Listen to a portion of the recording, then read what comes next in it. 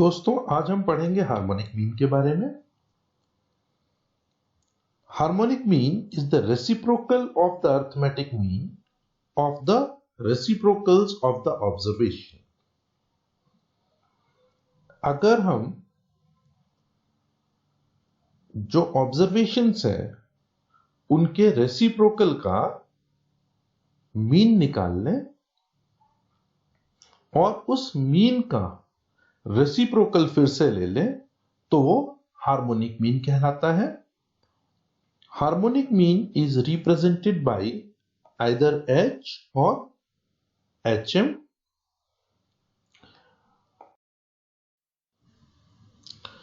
जब हम रेट और रेशियोज के साथ डील कर रहे होते हैं तब कई बार अरिथमेटिक मीन हमें सही एवरेज नहीं देता है, तो जो नियरेस्ट एवरेज हमें मिलती है वो हार्मोनिक मीन से मिलती है।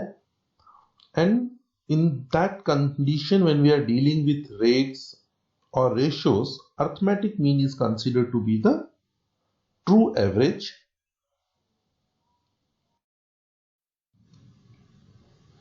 आगे हम एक एग्जांपल्स के माध्यम से देखेंगे किस तरह हार्मोनिक मीन हमें बेटर एवरेज देता है as compare to arithmetic mean when rates और एवरेजेस आर एप्लीकेबल।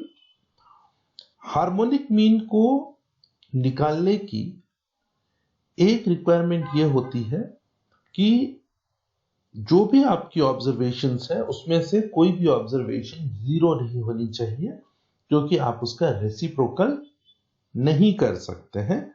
इसलिए हार्मोनिक मीन वही निकाला जा सकता है जहां पर कोई भी ऑब्जर्वेशन जीरो ना हो, और ज्यादा सूटेबल वहां होता है जहां पर हम रेट्स और रेशियोज के साथ डील कर रहे होते हैं।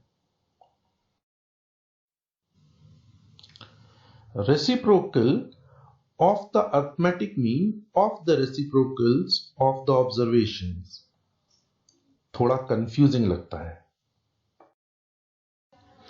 तो आइए इसको एक एग्जांपल के माध्यम से समझते हैं। मान लीजिए हमारे पास दो ऑब्जर्वेशंस हैं A और B, तो इन ऑब्जर्वेशंस का रेसिप्रोकल क्या होगा? 1/A and 1/B। अब अगर हमें इन रेसिप्रोकल्स का मीन निकालना हो तो जो हमारा मीन का फॉर्मूला था sum of the observation divided by count of observation, तो 1/A plus 1/B divided by 2। और फिर क्या करना है? इस मीन ऑफ द रेसिप्रोकल्स का फिर से हमें रेसिप्रोकल निकाल लेना है। तो फिर से उसे उल्टा किया तो 2/1/A प्लस 1/B, ये आ गया हमारा हार्मोनिक मीन का फॉर्मूला। इस फॉर्मूले को हम रिप्रेजेंट कैसे करते हैं? H equal to n/1/x1 plus 1/x2 plus 1/x3 से लेके 1/xn तक। यहां पर n जो है वो काउंट ऑफ ऑब्जर्वेशंस है और x जो है वो ऑब्जर्वेशंस की वैल्यूज है। एक और चीज आपको ध्यान देने वाली है वो ये कि जब भी हम किसी ऑब्जर्वेशन का अरिथमेटिक मीन, ज्योमेट्रिक मीन और हार्मोनिक मीन निकालते हैं तो अरिथमेटिक मीन सबसे ज्यादा होता है, ज्योमेट्रिक मीन अरिथमेटिक मीन से हमेशा थोड़ा सा कम या छोटा होगा, और हार्मोनिक मीन इन तीनों में सबसे छोटा होता है।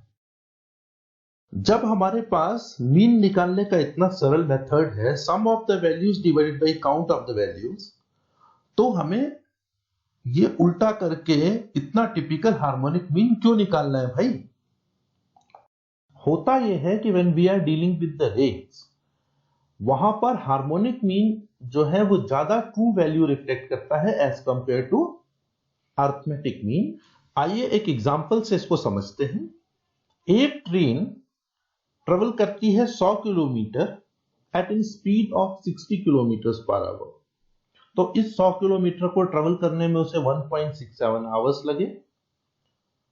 दूसरे 100 किलोमीटर यही ट्रेन 20 किलोमीटर पर आवर की स्पीड से ट्रेवल करती है, तो इसको 5 घंटे लगते हैं ये 100 किलोमीटर ट्रेवल करने में। तो ये ट्रेन 200 किलोमीटर ट्रेवल करती है 6.67 आवर्स में। अब अगर हम इसका सिंपल अर्थमेटिक मीन निकालते हैं तो 60 प्लस 20 डिवाइड बाई 2 करेंगे और हमारी एवरेज स्पीड या अर्थमेटिक मीन आ जाता है 40। अब यह अर्थमेटिक मीन जो हमने निकाला है 40 किलोमीटर पर आवर, ये क्या सही average speed of the train है? आइए इसे चेक करते हैं।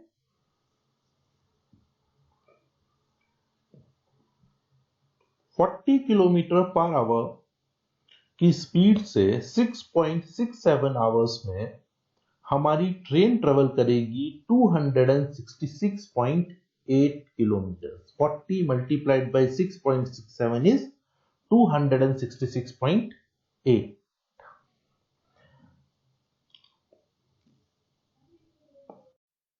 मतलब सिंपल अर्थमेटिक मीन से तो हमें सही मीन नहीं मिला, सीधे रास्ते से तो ये प्रॉब्लम सॉल्व नहीं हुई। आइए देखते हैं क्या हार्मोनिक मीन हमें सही एवरेज बता पाएगा।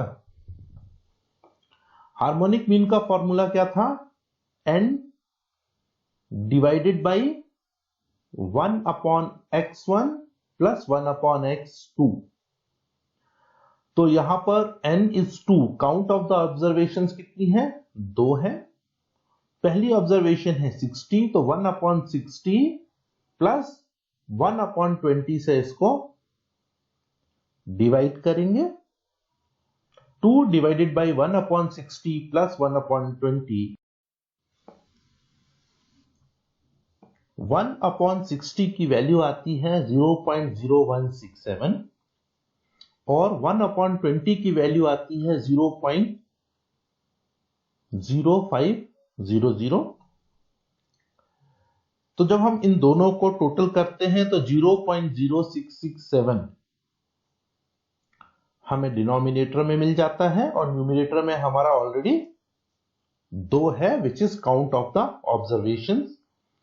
तो 2 डिवाइडेड बाई 0.0667 इज 30। हमारी एवरेज स्पीड कितनी आई? 30 की आई हार्मोनिक मीन से। अब फिर से चेक करते हैं कि क्या इस बार हमारी एवरेज स्पीड ठीक आई है। सो 30 मल्टीप्लाइड बाई 6.67 इज 200। एग्जैक्टली उतना ही डिस्टेंस जितना हमारी ट्रेन ने ट्रेवल किया था। मतलब हार्मोनिक मीन हमको सही एवरेज दे रहा है as compare to arithmetic mean. इसीलिए इस तरीके की जो भी सिचुएशंस हमारे सामने आती हैं उसके अंदर हम हार्मोनिक मीन का यूज करते हैं अर्थमेटिक मीन की बजाय।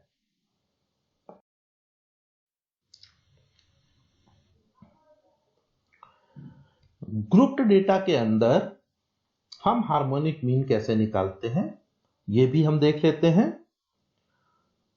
ग्रुप डेटा में ये जो हमने डेटा लिया है ये डिस्क्रीट डेटा सीरीज है, जिसके अंदर हमें एज ऑफ द स्टूडेंट्स दी गई है 5 साल, 6 साल, 7 साल और 8 साल, और फ्रीक्वेंसी में हमको नंबर ऑफ स्टूडेंट्स दिया हुआ है। आप लोगों को याद होगा अर्थमेटिक मीन हम जब निकालते थे तो हम क्या करते थे? f मल्टीप्लाइड बाई x करते थे, तो उससे हमें सिग्मा fx मिलता था। अब यहां पर हमारा रेसिप्रोकल का मामला रहता है, तो इसको कन्वर्ट करने के लिए हम क्या करेंगे? f डिवाइडेड बाई x करेंगे। तो x is the age and f is the number of students. तो पहले केस में 10 डिवाइडेड बाई 5 हमारी वैल्यू आई, fx की वैल्यू आ गई 2। दूसरे केस में 6 एज है, number of students is 6 divide by 6, हमारी fx अपॉन x की वैल्यू आ गई 1। इसी तरह हम f अपॉन x की वैल्यू निकाल लेते हैं और सबसे लास्ट में हम सिग्मा f अपॉन x निकाल लेते हैं इन रिजल्ट्स को टोटल करके। अरिथमेटिक मीन निकालने का हमारा फॉर्मूला क्या होता था? Sigma fx divided by f। अब भाई यहां तो रेसिप्रोकल का मामला है, तो हम क्या करेंगे? फॉर्मूला यहां उल्टा हो जाता है, sigma f divided by sigma f upon x। तो इस केस में हमारा हार्मोनिक मीन क्या आएगा? हमारा सिग्मा f क्या है? काउंट ऑफ द वैल्यूज कितनी है? 30 है। और हमारा सिग्मा f अपॉन x हमने निकाल लिया 4.93 है। सो 30 डिवाइडेड बाई 4.93 हमारा हार्मोनिक मीन आता है 6.09।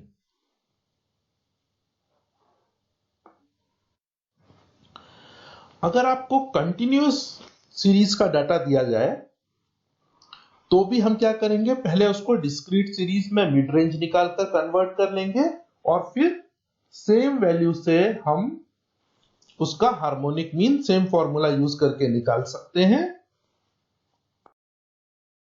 Hope you found this video useful. If yes, then please like, subscribe, comment and share.